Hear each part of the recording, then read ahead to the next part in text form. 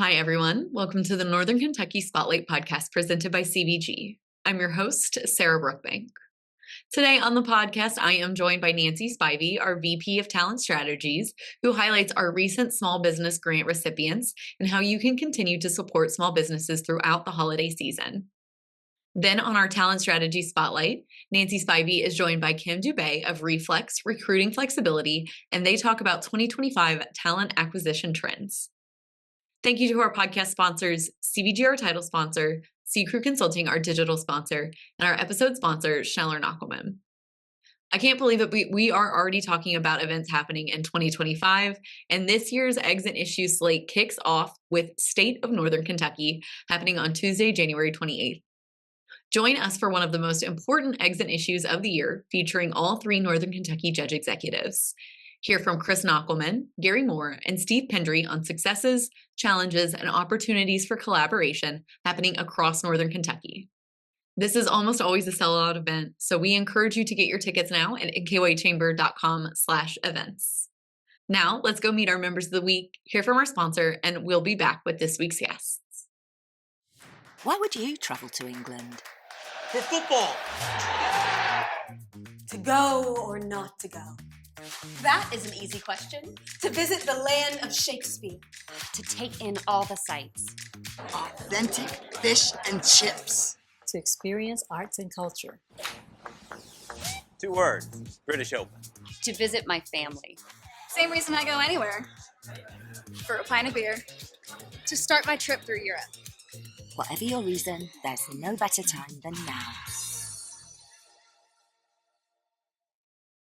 Congratulations to our members of the week. You can learn more about these businesses by following the Northern Kentucky Chamber on social media, where we will highlight one of these businesses each day. Now, let's meet our members of the week. A locally owned and operated coffee shop that exists to love people, Big B Coffee has been a proud member of the Fort Mitchell community since 2013.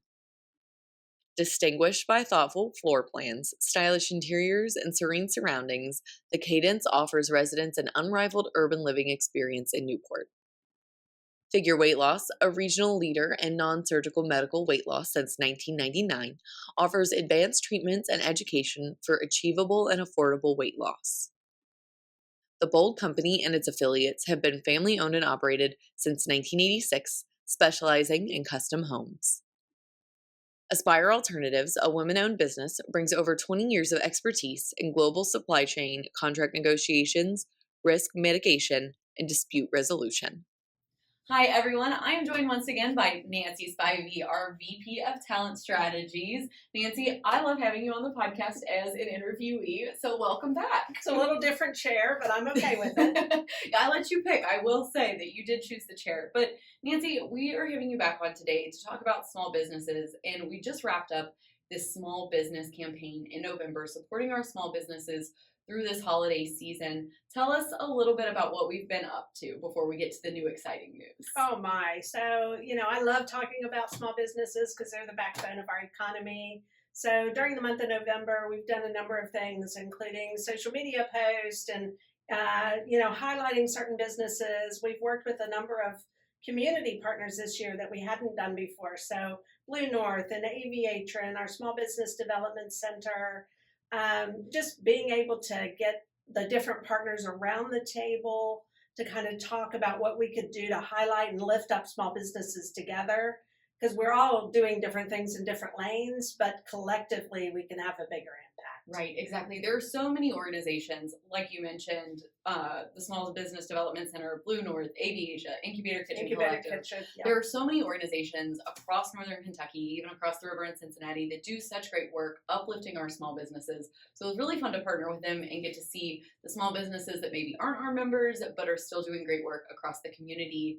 And one of the other things that we just announced over the weekend, the grant recipients for the grants that we have with Duke Energy and with Blue North, that was really exciting. A lot of businesses getting some much needed funding this time of year. Tell us a little bit about that program, and then we'll talk more about the recipients a little later. So basically the last few years we've been able to partner with, first of all, Duke Energy Foundation, great partner in the community, really wanting us to highlight minority, women-owned, and veteran-owned small businesses. Mm-hmm. So we've been able to come together and do a grant application this year matched by Blue North through their entrepreneurial fund. So we were able to get a pool of money together and come up with criteria that basically allowed small businesses that fell in those categories to apply for from $1,000 to $10,000, a little boost in the economy to help them, with different things, capital improvements, to placing an ad to hire a new staff person, to a variety of things. And so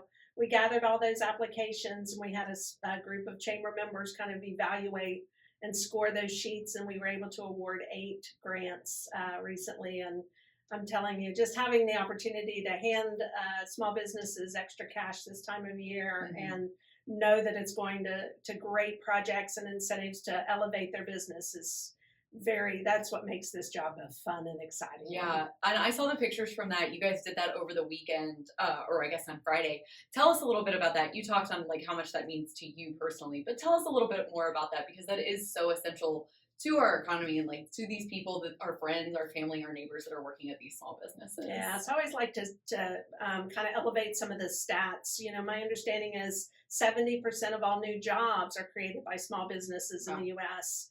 68% of the dollars that you spend in local small business stays right in the community, in that small business community. So those dollars that you are spending local are staying local, and therefore our economy thrives as a result of supporting small businesses. So just can't say enough about that. Yeah, and it's so much fun to be able to support the people that you know and you love, right? Yeah. Exactly, on a much more like basic human level. Yeah, and I'll just cite, just a couple of examples, just knowing like, and I know we'll probably talk about, but one of our daycare centers was awarded this year, and just having the opportunity to have a conversation with her to say, we struggle because we can't pay our people a lot. We really struggle. A lot of the daycare centers are closing because they can't find quality workforce. Yeah. And so again, you're trying to make something meaningful that impacts all of us, especially those with childcare issues. It's like we can't have our childcare closed. So we're trying to keep our businesses going. We're trying to do all we can to support, to a little coffee shop that we were able to visit this last week that said, hey, we need new equipment because our business is thriving. And so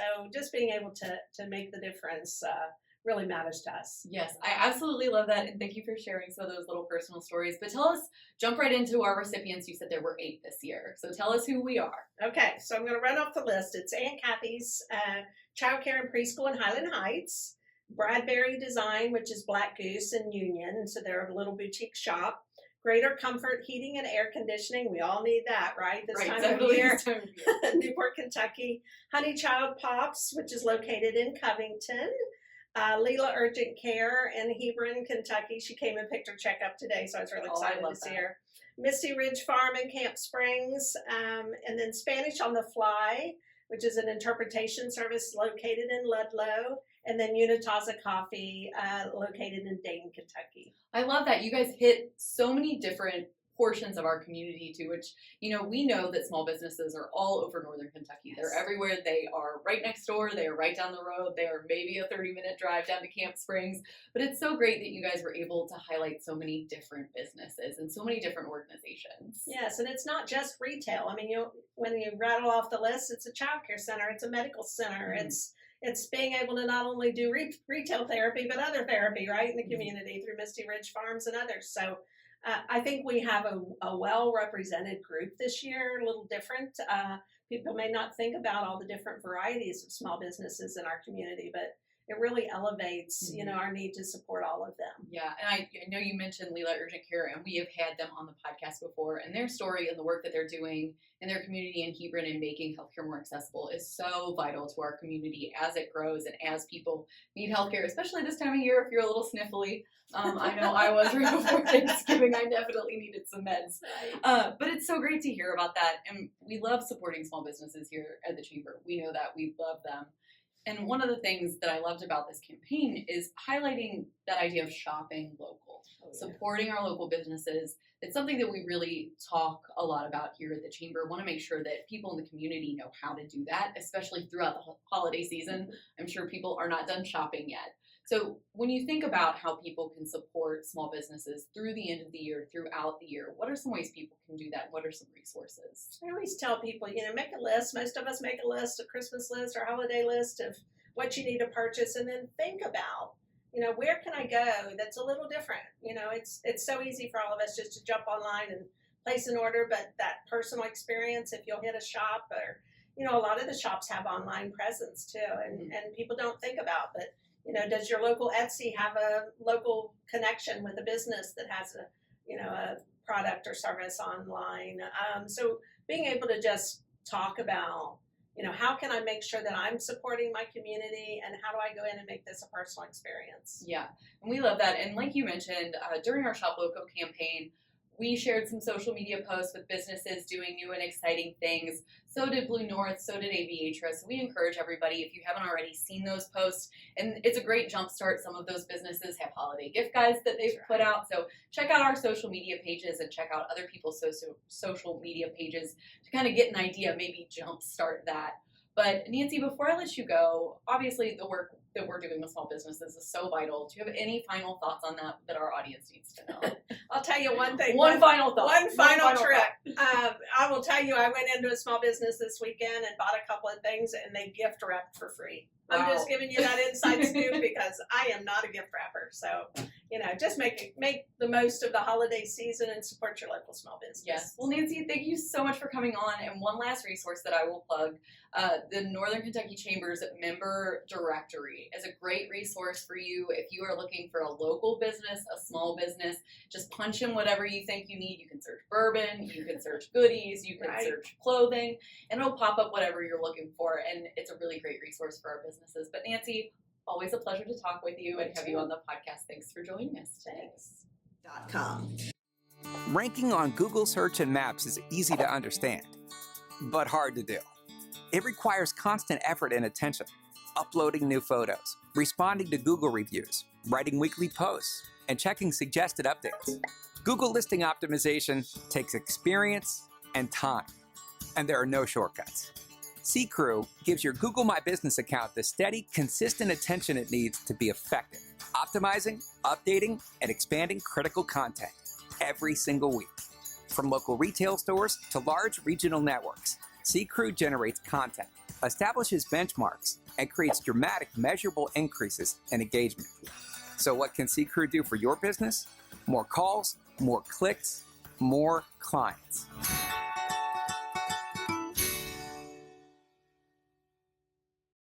Chris Knockelman with Schneller Knockelman Plumbing, Heating, and Air. It's spring now, but before you know it, our ACs are working overtime. Dave, it's going to be warm soon. Right now is a good time to get the AC serviced, right? You can get your AC tuned up for only $59. So get your $59 tune-up at SKPHA.com. SKPHA. So if your plumbing and mechanical systems give you trouble, just remember our name, Schneller Knockelman. Good afternoon. This is Nancy Spivey, Vice President of Talent Strategies with the Northern Kentucky Chamber of Commerce. On today's Talent Strategies Spotlight, I am with Kim Dubé. So Kim is with Reflex Recruiting Flexibility. How's business going these days, Kim? It's going great.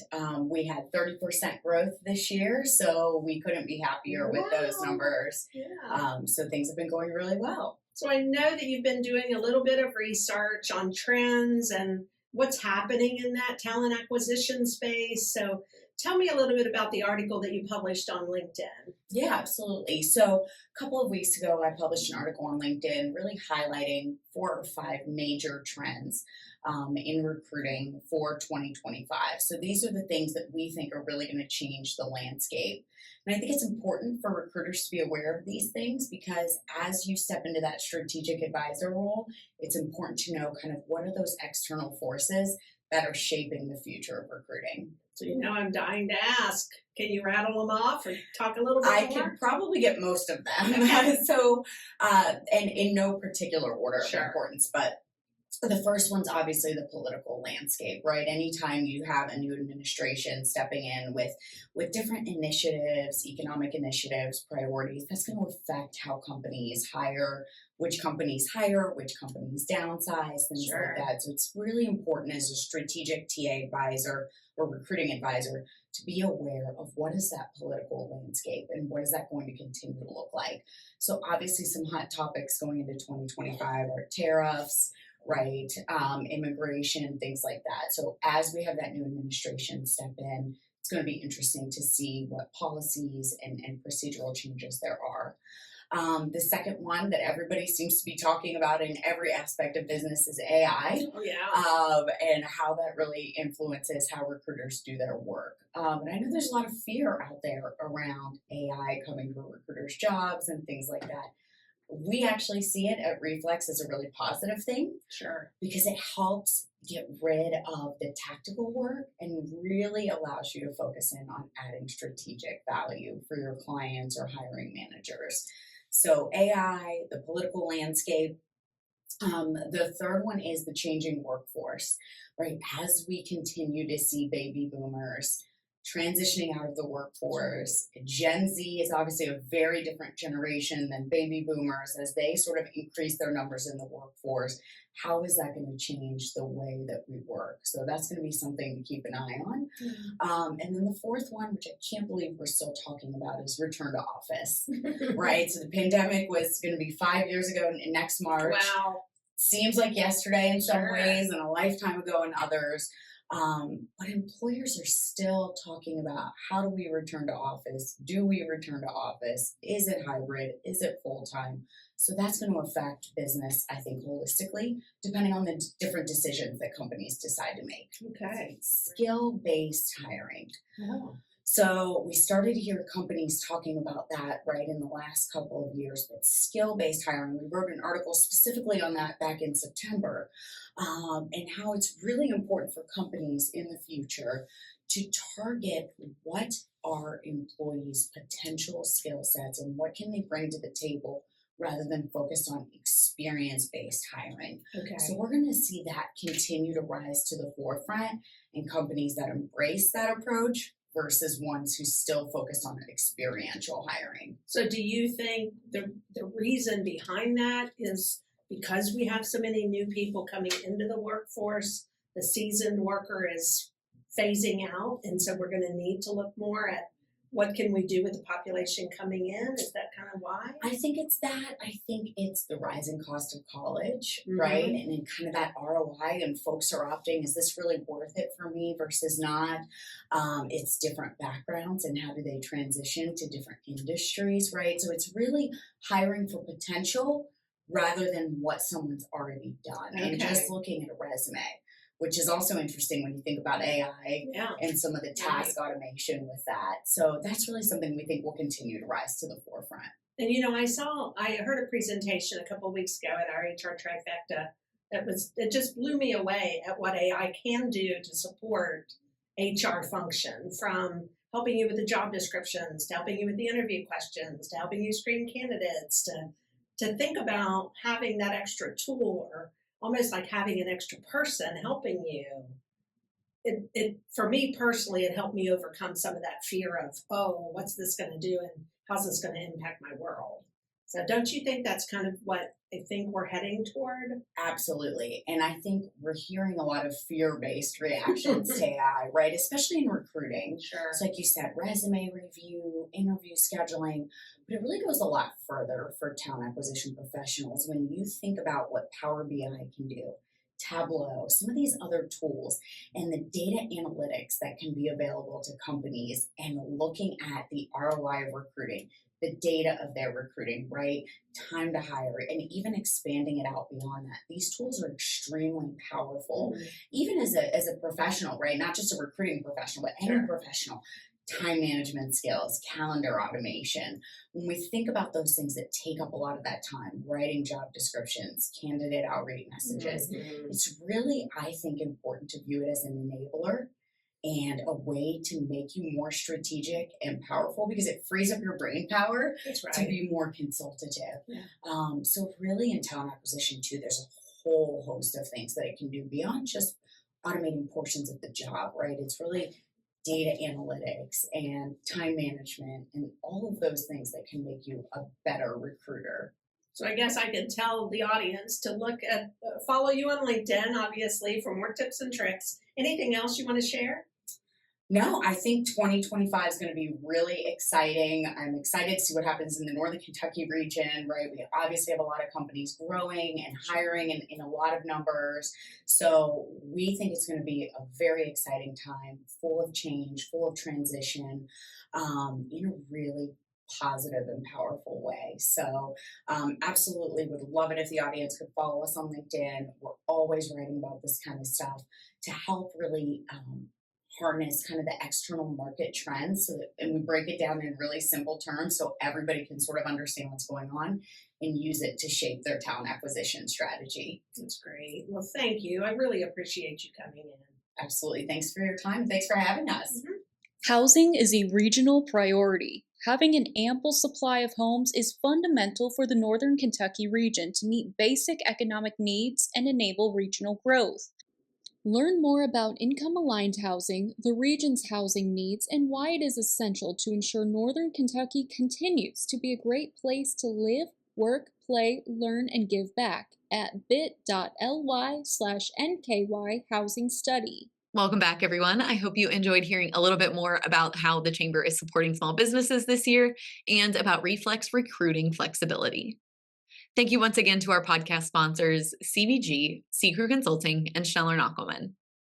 Like I said, Eggs and Issues State of Northern Kentucky is one of our sell-out Eggs and Issues, and that is happening on Tuesday, January 28th. I encourage you to get your tickets now or as soon as humanly possible so you don't miss this great event. Finally, if you are a member who would like to be featured on the podcast, or if you're someone who is interested in joining the Northern Kentucky Chamber, please reach out to Lynn Aplin. And if you're a member who would like to share your workforce strategies and resources on our Talent Strategy Spotlight, please reach out to Nancy Spivey. You can find their contact information on the screen in front of you or at our staff directory at nkychamber.com. Thanks again for tuning in. I'll talk to you guys next week.